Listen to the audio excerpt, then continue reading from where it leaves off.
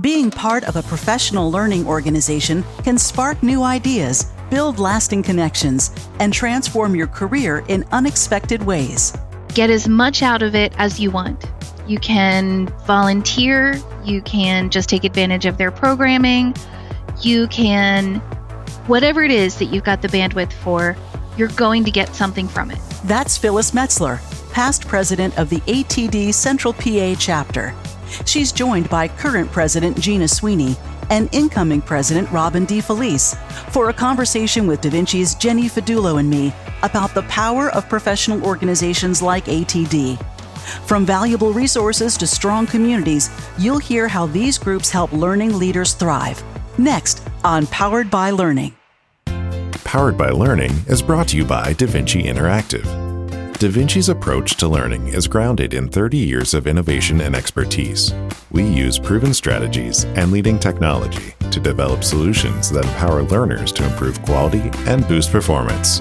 Learn more at davinci.com. Joining me now is DaVinci Director Learning Experience, Jenny Fidulo, and our guests, the past, current, and future presidents of the Central PA chapter of ATD. Welcome to past President Phyllis Metzler, current President Gina Sweeney, and incoming president from the chapter, Robyn DeFelice. Welcome. Great to see you. Hi. Nice to see everyone. Hi. Hello. It's great to be with all of you, and I thought it might help our listeners if you could just start out by sharing a little bit about your role at your company or organization and also your connection to the chapter. Phyllis, why don't you go first? Thank you, Susan. In August, I'll be celebrating my 20th anniversary with PSECU.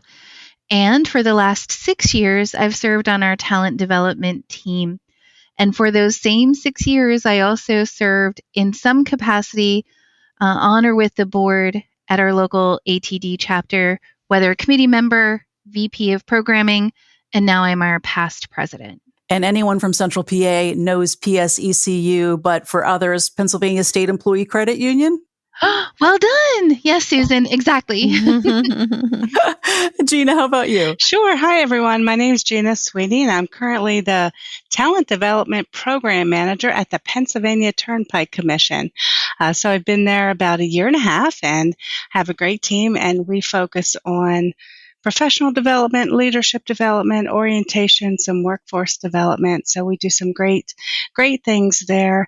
Currently at the Central Pennsylvania chapter of ATD, I started also as a member, joined as a VP of membership for a few years, and now I'm the current president of the chapter, and it's an awesome group right now. Wonderful. And Robyn DeFelice, a long, storied history, but also a former guest on Powered by Learning. So welcome back. Tell us a little bit about your connection to the chapter and your current role. Thanks, Susan. Well, my connection to the board has been kind of a nice journey as a consultant in the learning and development space for, 20 some years now. One of the things that you become to appreciate is who you make connections with. And so I was inspired at a conference, an Association for Talent Development conference, actually, to get involved. And a former president as well, Adam White, connected me to Phyllis several years ago. And so that's how I've come to be as part of the board and working with them and, getting to do all the awesome things locally that you don't often get to do nationally. Outside of ATD, what's your role? In the field of learning and development, I've pretty much been, an all-in-one instructional designer to what I'm doing now, which is consulting. I work for any type of client you can imagine I've had, whether higher education, government, for-profit, nonprofit. I've been all over the place. And the things that I really focus on a lot is learning operations, developing the L&D function and making them sharp, working with clients about their learning products and how they do the product development as opposed to just creating the training. I look at the total system of product development. And then I also do a lot with microlearning. And the final thing that a lot of people probably know more is I write a lot of research on how long it takes to develop training for the industry. Thank you, Robyn, Phyllis, and Gina. We are thankful that you're all with us here on Powered by Learning, and thankful for our ongoing connection. Jenny and I have known you for several years and are very happy that DaVinci's a part of the local chapter. So we're excited to have this conversation with you today. Indeed. I actually joined ATD, early on in my career. Pat Noel, does anyone know her? Mm-hmm. She was the Commerce president Bank. from Commerce Bank. Well, she's Commerce retired Bank. now, Yes. but that was close to 30 years ago, but she was the president then. So We've just dated ourselves, Jenny. Yeah, I know.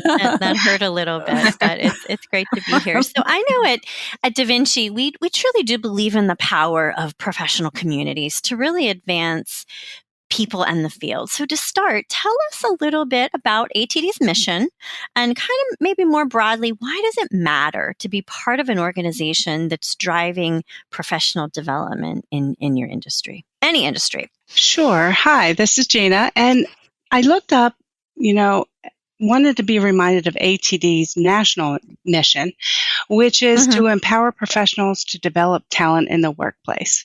Nice, simple, clear, easy. I love it. Our mission at the Central Pennsylvania chapter pivots off of that to provide members with resources to elevate career capabilities and build professional relationships at a local level. And I think right there, Jenny, that sets the tone. Building those professional relationships at the local level is why, it's important to be a part of something like that. When I joined as a member, I was very, much earlier in my career. So whatever level you're at, there's something for you, whether you're giving, whether you're getting, whether you're learning or teaching, it all goes to that. It's that peer networking. And it's kind of like having a backstage pass to, what's happening in the industry and just talking to your peers, what's going on. And I'm working on this program. So am I. I mean, how many times have Phyllis and I said, we should talk about that because we're both doing these leadership development programs. What ideas do you have? And then we can go back to our day jobs and, look brilliant, right? Because we learn from each other. Absolutely. So I know the idea of give back and learn really captures what's possible when you get involved in a professional organization, whether it's ATD or another, field. I know for me personally, some of my most meaningful learning moments have come through volunteering, and I would guess you would all say the same thing. But when you go back beyond just attending events and start volunteering or leading, the experience often gives back, as much as you put in, right? So how has being a member and especially a volunteer helped you grow, stretch your skills or build meaningful connections? Well, I'll answer that. This is Robyn. I think this is what I was kind of touching upon when I first introduced myself. And I have to appreciate, Jenny, you're reminding me when I actually learned about ATD, I was a student getting my master's degree 25 years ago. And there was actually a student chapter, like inside the chapter. And so we can talk about that later, but you were just making me remember, there's been this relationship with ATD that's come and gone, but I really appreciate where it's come back to from being a volunteer from that perspective, because I was looking for opportunities to do more when I was at this conference, ATD Core 4, just talking with some of the attendees and some of their challenges. And I admitted this to Phyllis and even Jeff Fetterman, the other president that had been, and Gina. I said, I was kind of ignorant because I'm a challenge seeker. And so in my brain, I was like, why are these stories at Core 4 these stories? Because I've already dealt with these problems. I've already seen these challenges. I've successfully, and so, and just for some reason at this conference, everything clicked. It's like, why are you thinking these are unique? Why are you thinking everybody knows how to solve these problems? Why you're literally writing all the time about how the problems of the field are being repeated constantly. And here you're sitting with people that are doing that.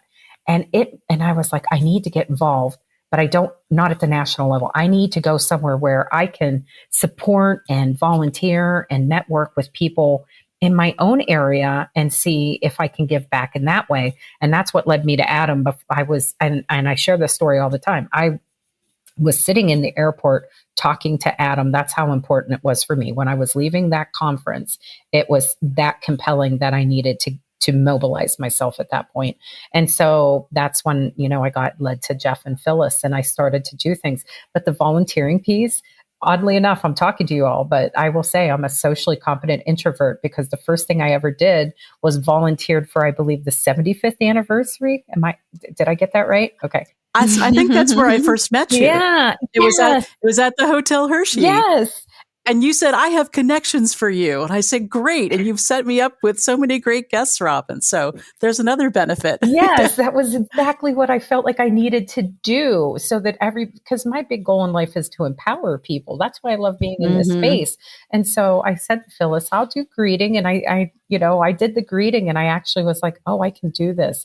I can volunteer and just greet these other people, and then we got into the sessions and it got better and better. And then I was afforded an opportunity to fill in for programming. And it's just gone on from there. And anybody I can bring in to encourage it helps you grow, because sometimes when you've become so seasoned, you almost think you stopped growing. I think that's to your point, Jenny, when you asked that question, it helped me grow more because being an independent consultant working out of your home, you become isolated to all the needs people have. And the only time I was getting introduced to those problems was when I was presenting at a national conference, which was maybe once every other year. So I didn't have a barometer to the day-to-day challenges that folks are dealing with. So it helped me, It helped me grow and just gain perspective. It stretched my skills because I just described all the levels of discomfort I have in socializing. And I just stuck myself out there and was like, let me help you, because I figured if I stood on that mission, I wouldn't hide like a wallflower and be like, I don't know if I could do these things. So I think it stretches the skills you're seeking to stretch. Like I wanted to contribute. I wanted to be more of a team player. I wanted to be more of in a community than being siloed. So it was stretching me out of those levels. And then the meaningful connections, I think Susan said it best to conclude, like all the connections that you can make when I already know people, but maybe they will be valuable to you. And let me just introduce you to these great people, and maybe you will find a connection that's meaningful for yourself. I'd be curious if the three of you have advice for somebody who's on the fence. I know for me, early in my career, you're going to laugh, but one of the two pieces of advice that I remember is start contributing to your 401k. Even if you can do 1%, start early. Second is volunteer or join a professional organization. So that's why I joined ATD. So it's so hard to even quantify, right? The skills and just what you learn by connecting with others in the industry. So I'm just curious, do you all have advice on someone who's on the fence, not sure if they should do it? Are you asking if you're not sure if they should volunteer to lead? Like be a leader of the chapter, or just join? Just join. Get involved? Just join. Yeah. So, like Gina said, there are so many opportunities, no matter what you do, to either give, get, learn, or teach. So you can join whatever association it is that's in your industry and get as much out of it as you want. You can volunteer, you can just take advantage of their programming, you can, whatever it is that you've got the bandwidth for, you're going to get something from it. So even if it's just belonging to or joining one of their sessions, maybe once every other month, great. If it's going every month and volunteering and then becoming a leader and all that, you're going to get something out of it, no matter what. But I will say this, you will get out of it what you put into it. So if it's just to join or see what's going on periodically, you'll get just that much out of it. You'll see what's going on. But if you start to volunteer, you'll start to build those skills. Gina here, if I could just add to that, one of the things that got me started about 15 years ago when I was a new training and development specialist, I'm going to throw some names out here too, Rick and Susan Stam. So where I was working, they had, now it's called a geographic interest group, but I didn't know that then. I don't know if it was called that then, but they had, it's called the Red Rose Learning Community, and they held it at the Team Approach there in Lancaster. And I went like once a month, and they were in person, and I didn't know anybody. I walked in here, and they're so gracious and welcoming. And then what we would do is, it was so simple. It's like subscribe to Chief Learning Officer magazine, or TD.org, TD magazine, one of them, and read an article, read the articles. Come once a month, let's talk about them. What'd you learn from that? And it spun into all different conversations. Sometimes there were 4 people there or 12 people there, but we always filled the time. And I always felt like, oh, I'm not alone, or, oh, other people had it. Oh, they've done that. And that's how simple it started. And then eventually they're like, this really is part of Central PA ATD. I was like, what's that? They're like, yeah, you should join. So that's how it started for me. So it can really be that simple, or it can be, bigger events like our mini conferences and world cafes. But it really starts with simple connections. Yeah, absolutely. So I know we've talked about the benefits of membership. But let's talk about the leap to leadership. So for someone who's been a member but hasn't stepped into that leadership role, maybe they're on the bubble. How did you all know it was time? Was there an aha moment, a moment that pushed you to say yes, or how did it happen? I don't know if we still know. Somebody asked you and you didn't look away. You made eye contact and you got picked, right? Robyn's shaking her head, yes. This is Phyllis. Sometimes you'll never know. But what I will say this is, don't let imposter syndrome hold you back. You're just as good as anyone else who might volunteer. You have just as many great ideas. You have just as much to offer and to give as anyone else. So people have asked, when did you know it was time to be president? Oh, I sure did not. I just knew that the past president and the current president wouldn't let me fail. They would bring me along. They'd give me feedback. They'd make sure I was set up for success. And so if you have a good board, if you have a supportive leadership on the board, they won't let you fail.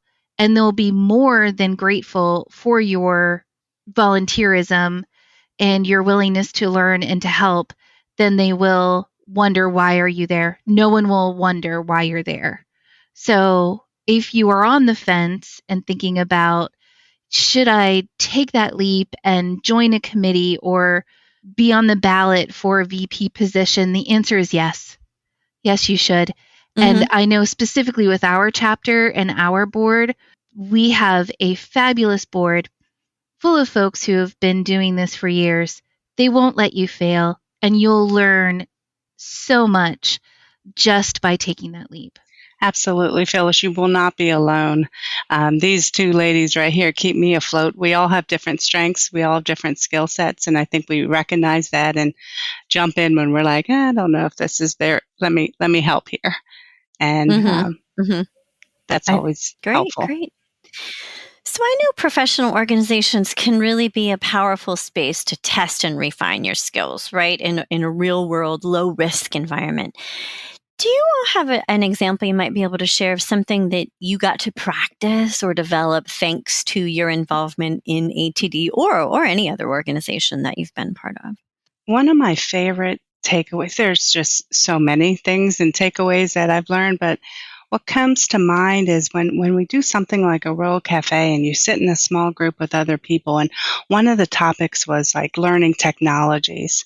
And in 20 minutes of the World Cafe before we rotated, I learned so much of what other people use. And, you write it on the tables, on the paper on the tables. And it's things like Beyond, which is now one of my favorite tools to use, is to create videos, Mentimeter. But some of the times when people said this, I was like, what's that? And they'd be like, Kahoot, K-A-H-O-O-T. And they were like, oh, okay. And I'd go back and learn that. So those are some of the just biggest things that I've learned from other people. Early on in my talent development career, I was asked to teach a leadership class, a year-long leadership course to our leaders. I've never supervised anyone since I was like 25. So all those supervisory skills were not well honed, and all those leadership skills needed to be developed. So being particularly on the presidential track taught me so much. Now, I know you don't have to experience things to be able to teach them. We've all got the skills for facilitation, but being on the board and having to provide feedback to folks, to provide coaching, to have those difficult conversations, to help folks through conflict.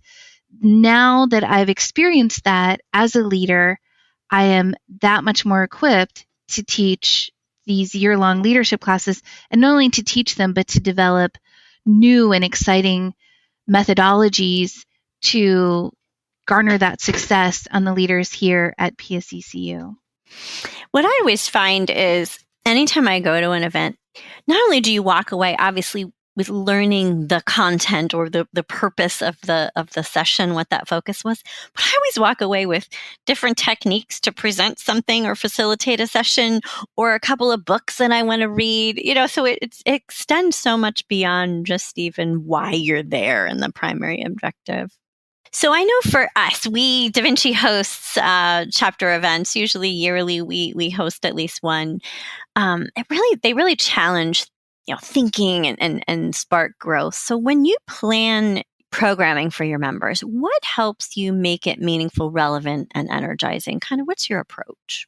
This is Robyn, and as I just left the role of VP of Programming, and I did that for I want to call it 2 seasons. I don't know why, but 2 seasons of programming. I don't know. It sounds gentle, but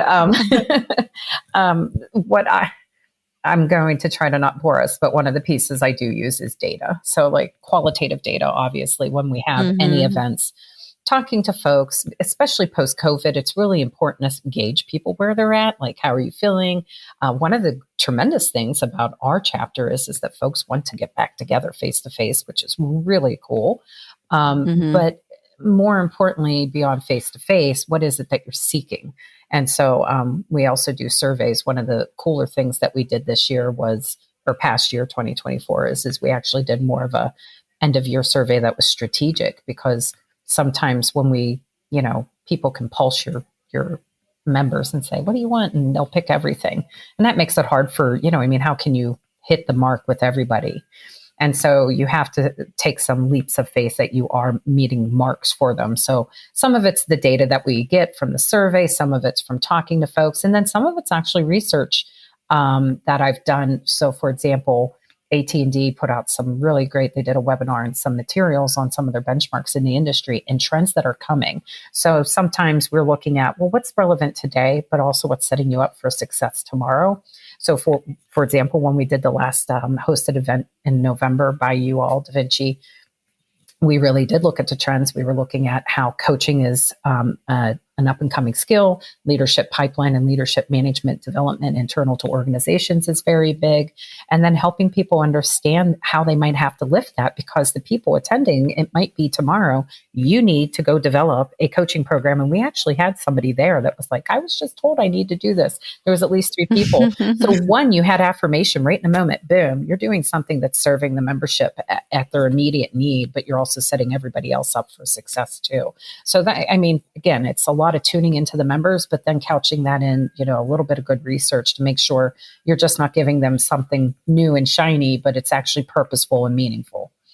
I like the variety of programs that you offer. You've got the bigger in-person sessions where you're spending a couple of hours together and really exchanging ideas. You've got an opportunity to watch other chapters, present online. And you just started these coffee chats, which I think sounds like a lot of fun for people to just casually get together and be in person to exchange ideas that way. Agreed. Absolutely. So we know most organizations, I don't want to say every, are really built on core values. And I know ATD has its own set of guiding pillars. Which of those principles has been most impactful in your experience, and how have you seen it show up in the way you lead the chapter? Yeah, this is Gina. What comes to mind when you ask that is just the whole continuous learning, the principle. I think maybe as trainers, we just have a natural, most of the people that I've met have a natural desire to continue learning as well, not just teach. But if you haven't checked out ATD's capability model, it's actually really cool. It's capability.td.org. And it's this model of how to build your personal capabilities, your professional, and your organizational. And when you click on it, there are competencies for each. But what's also cool is that they have this self-assessment.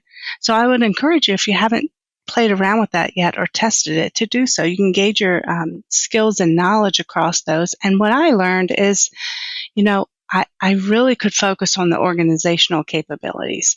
And I've tapped into some of those resources. And I think it has really helped me to transition my approach from doer to managing a team to, thinking more of a strategic leader. And that helped me to, grasp the bigger picture of what's happening in the organization, making sure, we're not just willy-nilly putting training classes out there, but that it should align to where the organization's trying to go and our strategic plan and filling in those gaps. So that has really been valuable for me with their pillars and their capabilities. Thank you for sharing. Yeah, well said. So the future, as someone who's been closely involved, what excites you most about the future of professional associations, whether it's ATD or any other group serving your field? As a incoming president, I suppose I could talk a little bit about the future. And I guess what I'm really excited about is what we've been doing for the last couple of years, which is, to Phyllis's point, nobody's letting you fail, because the former president's sitting there, the current president's sitting there, and we're all working together collaboratively to try to strengthen and stabilize the association. If I look at our chapter specifically, what I'm excited about with our professional association is what we're trying to do to set it up to continue to have its success beyond us. And I think all the past presidents did the same. But there's been some lean times with folks coming forward because of we're post-pandemic, and now people are looking for their opportunities. So I think that we get to take advantage of that for the future, because there's all these people wanting to get involved and contribute. And so some of the things we're doing right now is creating stable foundations of processes and efficiencies and things like that will allow those people to not have to. Sometimes you get into nonprofits and professional organizations and you have to restart the wheel every year. And we're trying to make that not be part of the issue so that we can continue to grow and thrive. Our chapter represents 15 counties in Pennsylvania, and we are at that beginning points of being able to just start to begin that reach further and further, which, can you imagine what a professional association covering 15 counties looks like? Yeah. In addition to Susan, you mentioned the regional webinar series we do, which is attached to almost a dozen other professional ATD chapters from across at least 4 states. So now just by joining our organization, our chapter, you're broadening your network exponentially beyond the 15 county reach. It's kind of insane, the opportunities you will get. Right, pretty powerful. Yeah, your backyard opportunities. So, well, and it's kind of an easier way in. You may look as an individual at, ATD, that's too big. It's too big for me. Yes. But you can, like you were saying earlier, Robyn, you can really get involved and make an impact and be impacted when you're at that local level, but still have all the benefits of being connected to the other chapters and the national organization too. And Susan, that's such a great point to bring up, is because so many people are like, no, not national. And then they come along and they realize, wow, this feels more, I don't want to call it home, but it feels more relatable. I can connect with these people and they understand me.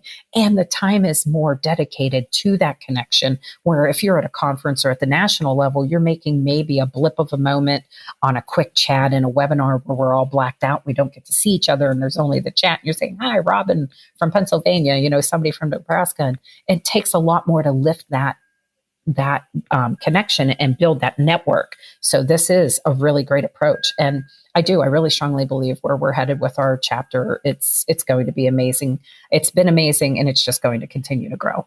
So for someone listening who hasn't joined a professional organization, they haven't raised their hand to lead, what would you say to them? What's one thing, even small thing, one action they can take this month to start building their network or their confidence or their career? Just take one step.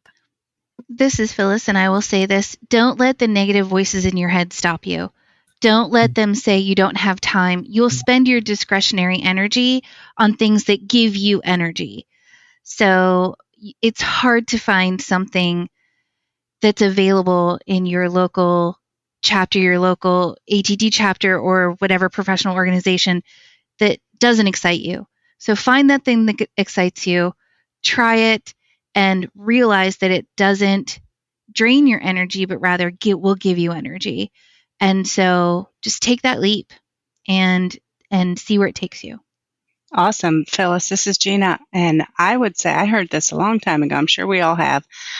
80% of success is just showing up. So my advice would just be just show up, whether it's to one of our coffee chats, which people showed up last time and said, hi, I'm just here because I saw it on LinkedIn and didn't have anything to do tonight.